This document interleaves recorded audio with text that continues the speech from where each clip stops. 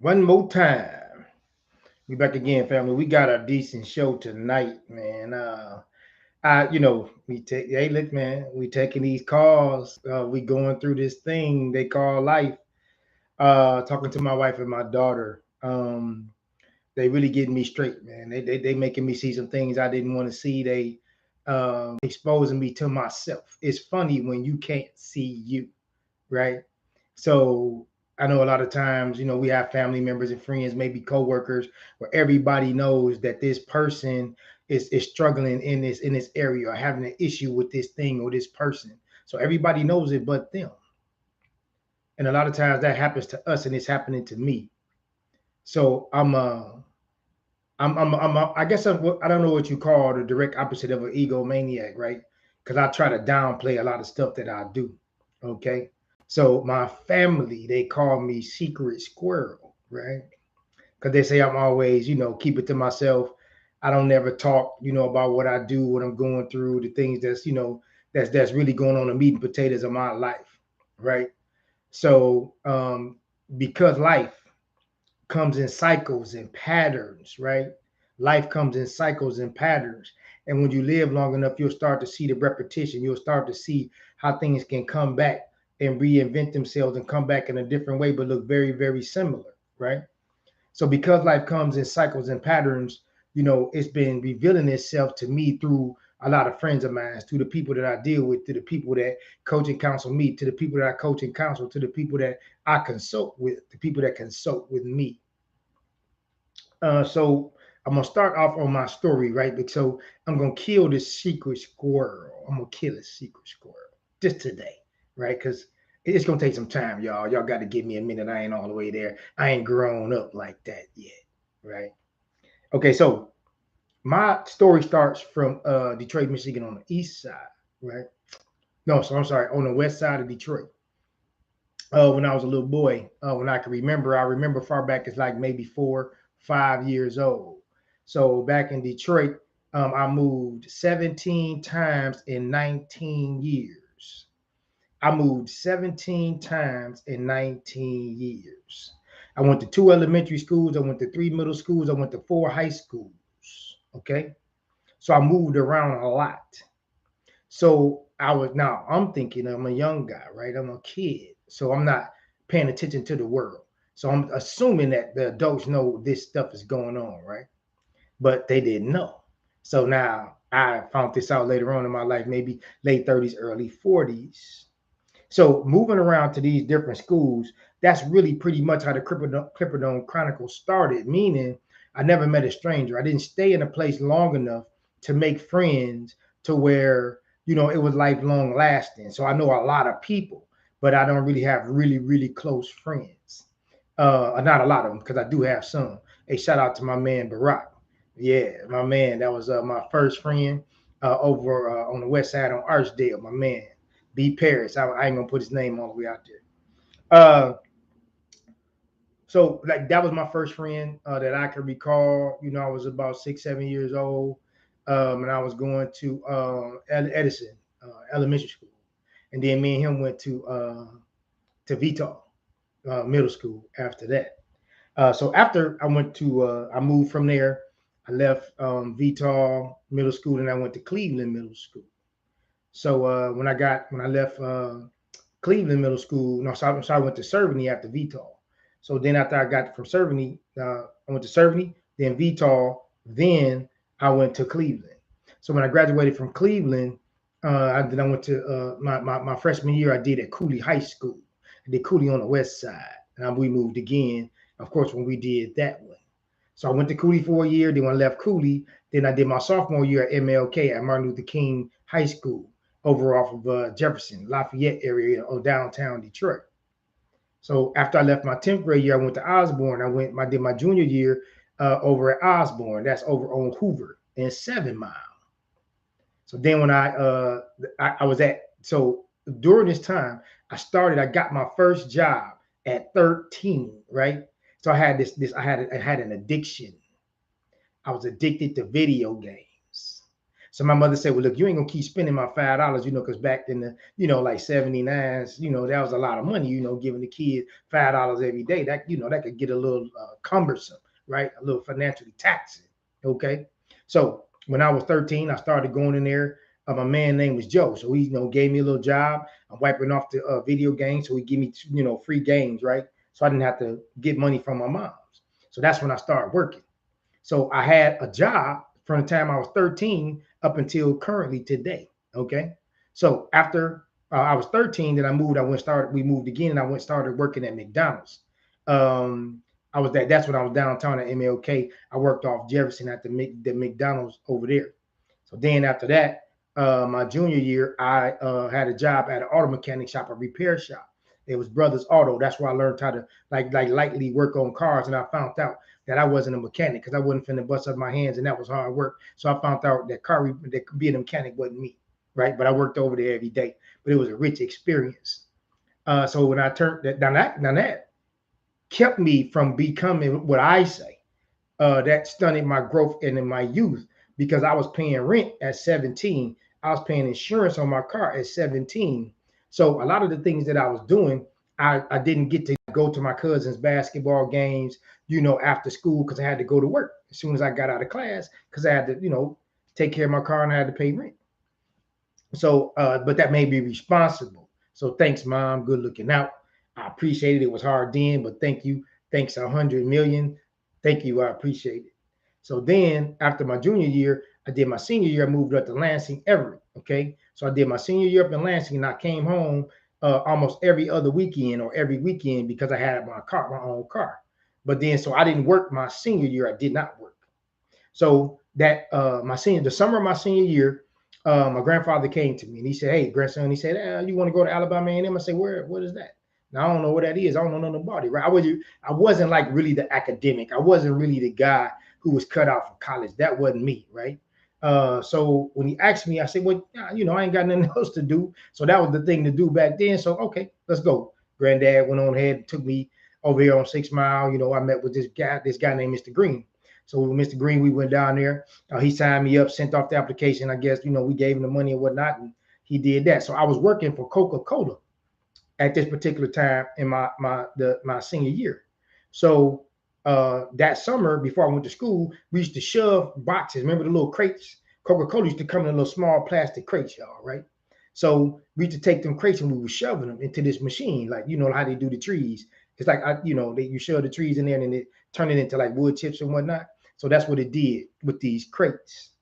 So when we shoved these crates into the machine, I was graduating, right? So I had to work on graduation day. Thanks, Mom. Good looking out. I ain't like it then, but I appreciate it now. So I didn't get a chance to go to the graduation practice, right? The prep because I was at work. So then I had to drive an hour and 15 minutes to graduation. So I didn't know what to do. So my mother had grabbed my cap and gown. So I was in the car. So we pulled up to, the little hall of the arena and whatnot. So I'm zipping up my gown and I'm jumping over the ropes, right? Trying to get in line. So I'm asking people, where do I stand? Who am I behind? It's over here, over here. So I got my spot. So graduated, went across stage. After I went across the stage, then I went to Alabama A&M, that August. So I got down there. My mom, she got in the car with my aunts here. They took me down there to Alabama, and then we drove 11 hours. We got there. They took me to the, to the Kroger. They took me to the Kmart. Got me some little furnishing for my apartment because they ran out of housing because I got there. I registered too late, so it wasn't no housing. So I had to get an apartment. So thank God I was cutting hair, right? So I had to go get a job. I had to work in the barbershop. So this is where it get good, y'all. So now this is how I found out about my skill set, and this is what changed the trajectory of my life. So I started working at the barbershop. Now I'm an artist. I'm a sculptor. Okay. I work with wood, steel, and clay. All right. That's who I am. That's not what I do. I'm an artist. That's who I am. So I'm in the class, doing well. I'm loving it. Right. So I'm figuring out now the real world hitting me. I'm paying my for school, and I'm paying my way through school, and I'm paying my rent and all my utilities and stuff like that. Hey, good looking out, moms. You prepped me. You prepared me. I handled it. It's good.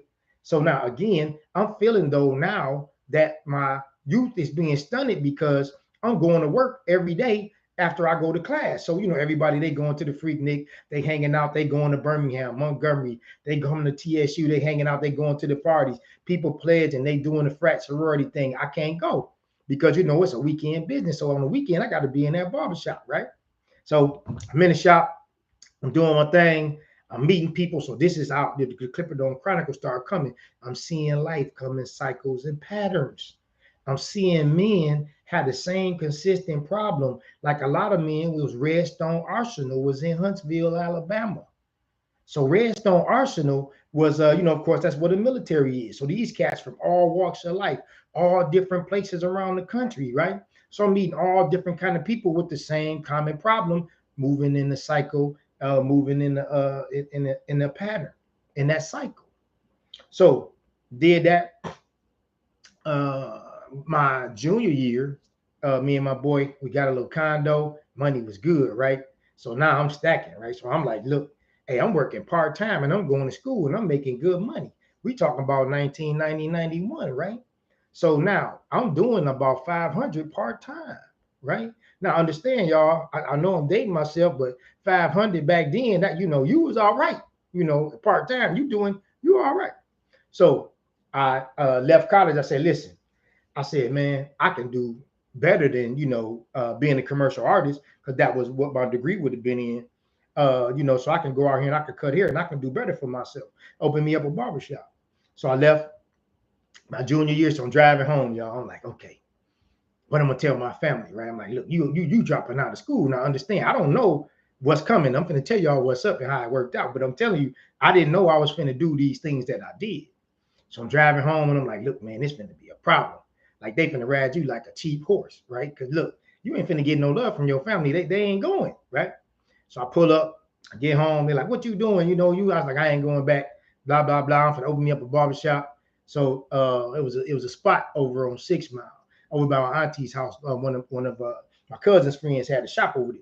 So I went over there, started cutting hair. It was real slow. I ain't making no money, So I was like, look, I got to figure something out, right? I can't drop out of college and be a bum when I know I got some skills. So I left there. I went over to where do we go after that? Went to the east side. So I got hit a real good spot on 7 Mile, y'all. When I tell you I was over there getting them, I was doing like $1,200 to $1,300 a week. I'm talking about 92 now, you hear me? I'm talking about in 1992. So the owner of the shop, I was on commission. So commission is 70-30. That's the norm in the industry. So y'all do the numbers, right? 70-30 out of 1,200. I could have got my own shop, right? But I didn't have the clientele. So I ended up leaving that spot, took one of the barbers, took the shoe shine man with me, got my own little spot, rented out this building, right? So my man kind of Jimmy rigged the lights, and he was over there on some folly, right? So I was taking him to this gas station, right? Because now for y'all young people, we used to have what they call boilers. A boiler is when you take diesel fuel and you put it's just say in the furnace, right? You put the diesel fuel in the furnace, but it's really called a boiler. That's how you get power for the building, okay?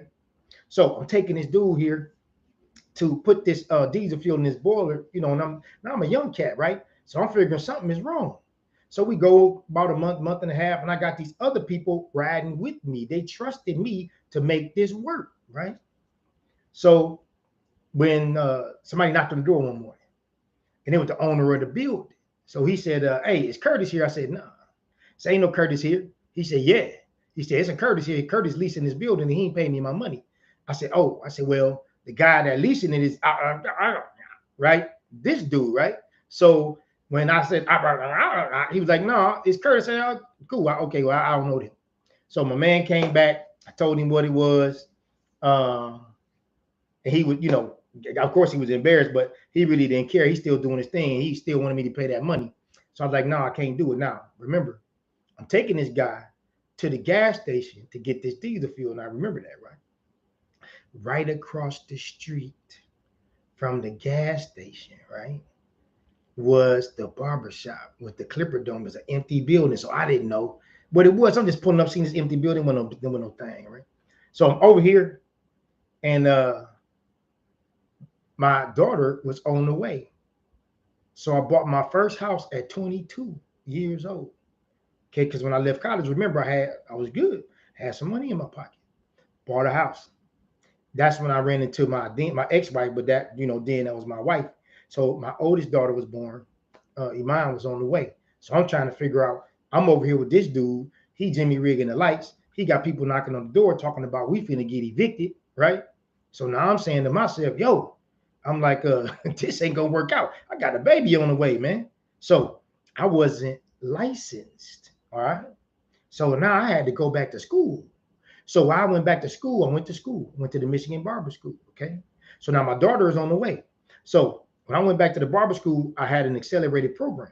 I got out in 8 months. It take a year at least to get 12 months to get your barber license. But because I was already on a professional level and because I was already ambitious and I had a clientele, I got through and I was accelerated and it went really, really quickly for me. So I was cutting hair at the barber school, and then I didn't cut hair in my shop until I got my license. So I received my license from the Michigan Barber School, and in 1993 I opened up, the Clipper Dome Barbershop. That was the first sports barbershop in the United States. Okay, so in Detroit, it was like another 15 of them opened up. So Channel 4 WDIV came and did the 5:15 and the 6 o'clock news live from my shop. So I was like, yo, this is dope, right? So my man Van Wright, he's sitting up here, I'm cutting his hair, and they live in my shop, and I'm like, they got the now. So back in the day, y'all, they used to have a van, right? This is before the internet, right? Well, before the internet really, got big and everything was online. They had the big pole. It used to be a real tall pole that come up out of the van, right? And so it goes really high. So people driving down the street, it was a big deal when the news was at your spot. So everybody stopping, they trying to come in and whatnot. We had to close the shutters, close the blinds, shut everybody out, right? So they was in there doing the news. So we did that thing. So then there was 15 of them opened up in the city after that, right? So after I had my house and I bought the shop, so my house was paid for at 25. Okay. Now this is the business side kicking in, y'all. This is the stuff I'm telling you. I didn't know that this was happening to me, and I thank my mom again because she put me in that position to where I had to go get it, and she didn't hold me up because she wasn't coddling me and she wasn't holding my hand. So then I had bought the shop. So then I paid off the shop by 27, right? So that's how I got into. I learned amortization. I learned how to not pay interest. You see, because you could pay off your properties too, but you got to learn how to do that. The amortization table just spreads the interest out, so you're paying actually 2 or 3 times for the same property. Okay, we'll get into that in another show. Okay, so I had my house, and then I bought my barbershop, and they both were paid for. So then I wanted to get another piece of property doing the same method. Bought another house on the east side. So now I had 3 properties. So I bought that one, I flipped it and sold that in a year, right? So then after that, I bought my hair salon, my barbershop, and my apartment, right? Same method, y'all, nothing different. So when I went down there, we did the 2000 mayoral inauguration um, uh, for my restaurant. So then I learned that catering was more powerful than having a restaurant because it's really hard to make money in the restaurant business. Okay. So when I figured that out and I started catering, so I had these businesses going on. I had the residual income coming in. I owned the buildings. So I said, all right, business is cool. I had a family of 4. I had my second daughter by that time. I said, hey, let me go back. I'm finna go. No, sorry. I started my distribution company. Excuse me. My distribution company, I did transmission parts for Chrysler. This was in 99. Okay. So right before I left, so I had this stuff going on. So I took off and I was burnt out. And so now this is the part where my ex-wife was really an integral part of my life, man. Because I was working 20 hours a day, 6 days a week, right? I'm out here acting a fool. I'm clowning. You hear me on the work tip, right? I'm past grinding. I don't even know what that is. So when I'm out here doing this, I was coming down the stairs of my apartment building. It was snowing this time and it froze up. So the water has settled on the big unit on top. I had one of those big units. So I had to go up there and I had to chop the ice up because it was a flat roof. So on the flat roof, it started to buckle, like right in here. So the water, was holding up where the buckle was at, right? So I chopped it up so it wouldn't leak down into the roof. So at this time it was about 3 o'clock in the morning. So I'm coming down the stairs of my apartment and I blacked out. I woke up at the bottom of the stairs. Now my ex-wife was like, look, she called me. I had a nickname. She was like, yo, She said, hey, you got to slow down. You got to relax. You doing too much. You gonna kill yourself. I'm like, I got to get this bread. Look, I'm gonna go get this. I got to keep going. This got to happen. So here my dumb behind. I'm still out here, trying to do my thing, right? So now I didn't tell her that I blacked out. She was just telling me to slow down. So one morning I woke up and I couldn't move. I was literally paralyzed. Literally. I was literally paralyzed. So I had what was called sleep paralysis. I don't know if you ever heard of that. Sleep paralysis is not, it's a simple temporary condition. It's just stress induced. It was because I was stressing my body, I was doing too much, and then my body just shut down on me. That's what happened. Okay. So she went and got the liniment oil. She started rubbing me down, so I got back up. I was like moving fully in like 45 minutes. And guess what my dumb behind did, y'all? Yep. Went back to work. Going back out here again. So I'm shoveling snow because I lived on the corner. Then I had to go shovel the snow. My barbershop was on the corner. Then I'm shoveling snow. My restaurant, it had, several lots. So I had to go do that. So after I did that, got up, got the liniment oil, and then I started noticing that there was a difference in my anxiety, in my mental level. I was really, really stressed. So I said, let me slow down. I said, I'm finna stop. I said, we can open up another restaurant. We're gonna go down. She liked Nashville. So we said, let's go. We're gonna open up another restaurant in Nashville. Let's go down there. She said, cool. I said, well, let me swing by because I got a year left on my degree. While I'm doing the business plan, while we working it out, while we scouting out a spot. So this should take about a year. I said, so let me go finish my degree. Let me rest up, right? And then we'll keep it moving. We'll go to Nashville. So now when I went to Nashville, when I went to back to A&M, y'all, to finish my degree, right? I had a year left.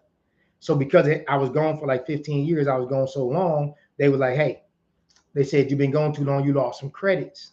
So I was like, all right, whatever. I said, how long I got? They said, you got a year and a half. I said, all right, let me bang this out. So they said to me, they was like, look, they said, Mr. Graham, they said, well, because, it's been so long, if you're going to finish your art degree, you have to produce 4 years worth of work in a year and a half. So now I'm laughing, y'all, right? Because I understand the student. If y'all went to college, students ain't working hard. I work 20 hours a day, 6 days a week. You understand? This is a joke to me. This is a joke, right? So they didn't know what I did, and I didn't go into it. So after I got done talking to the dean of students, I said, all right, cool. Went over to the 3D class. I talked to the sculpture teacher. He's telling me what I had to do. I said, all right.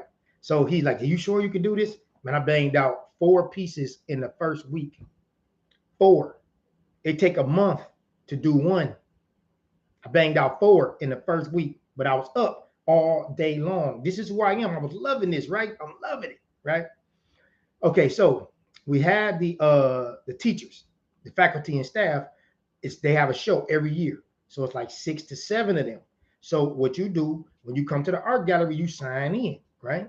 So you sign in, so we know how many people came. You send thank you notes and all that kind of stuff like that. So what I did, I had my show by myself. So they had the people sign their book, right? So then I had my show by myself. Their show is 3 weeks. My show only lasts 1 week. So when people was coming from around the campus, different faculty and staff from different departments, they were like, who is this dude? This is a student doing this, boom, boom, boom. So people coming to check out my work. I'm like, okay, that's what's up. I ain't paying this no attention because I ain't here for no degree, right? I'm doing this for my daughters. I'm showing them if you master business, you also got to get your pedigree. You still got to get your title because people respect titles, all right? So did my work. So one of the teachers from the telecom department said, hey, how much, would you sell me this piece for? So I had my pieces. They saw. So I said, I don't know. So I'm green to how much to charge because I never really made artwork to sell, right? So I went to my 3D teacher, like, hey, how much, should I sell this for? He said, well, how much money you got in it? And he told me, he said, well, just go ahead and just double it off of the material. I said, no. I said, no. Like, yo, this was dope. You hear me? So I went back and I gave him a price. And they said, well, let me get back with you. It was fair. I wasn't trying to kill him or nothing like that.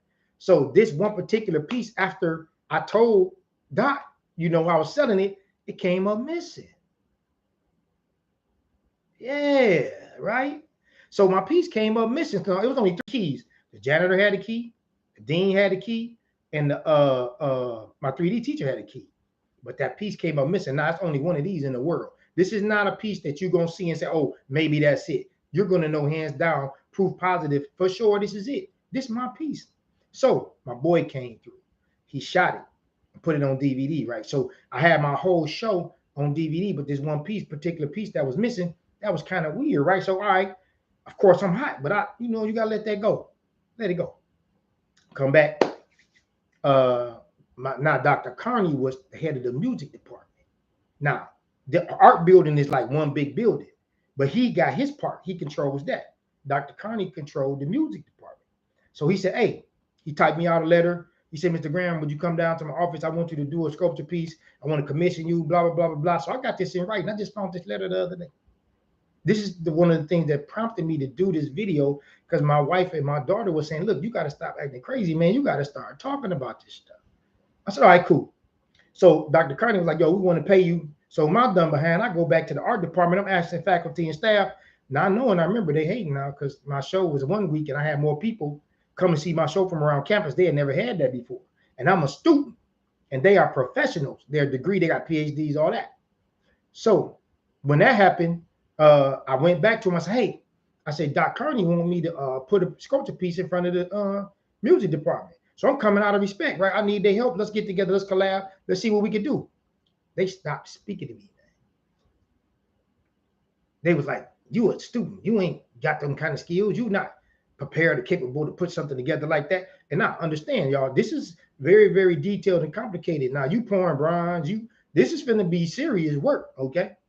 But they gotta understand, I was a self-made man at this point. I had done a lot of things without the assistance of nobody. I never asked nobody their permission to do what I do, not one day, okay? So they felt that I needed their permission. So I said, okay, well, I'm backed up. I said, well, I came out of respect to ask you. I said, I don't need you. I got the letter. I can go let them cut the check. I can do it myself right now, right? So I went and got with Doc.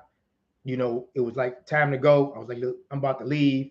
This, I'm not going to be here in Huntsville. It's going to take a little longer. It's going to take me like a year to put this piece together. That's how big it was. It was a real statue, like piece outside, outdoors. So I ended up leaving. So when I left A&M, I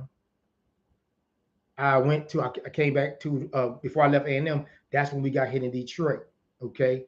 When the federal government was going to come take over the state, we took a hit in 2004. It hit the country in 2008. The big three, which is in Detroit, it's called the Motor City. We took that hit, and I ended up filing bankruptcy. So when I got to Nashville, I ended up getting divorced, filing bankruptcy, took the hit, right? Now I got to rebuild, got to get back on my feet. So what I do, go back to the barbershop.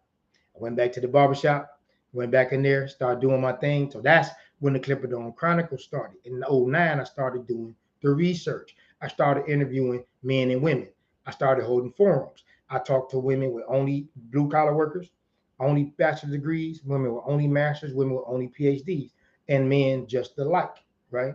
So then I started watching these cycles and these patterns come through relationships again based off the information that people was giving me. So I'm starting to hold forums downtown in Nashville, right? And I'm cutting hair. So then I started my catering company, got back into the restaurant business. So I'm slowly turning the wheels, getting my feet back together, my feet back on the ground. So then after I had the catering company, we came back and then I purchased another home here after I got back on my feet after the bankruptcy.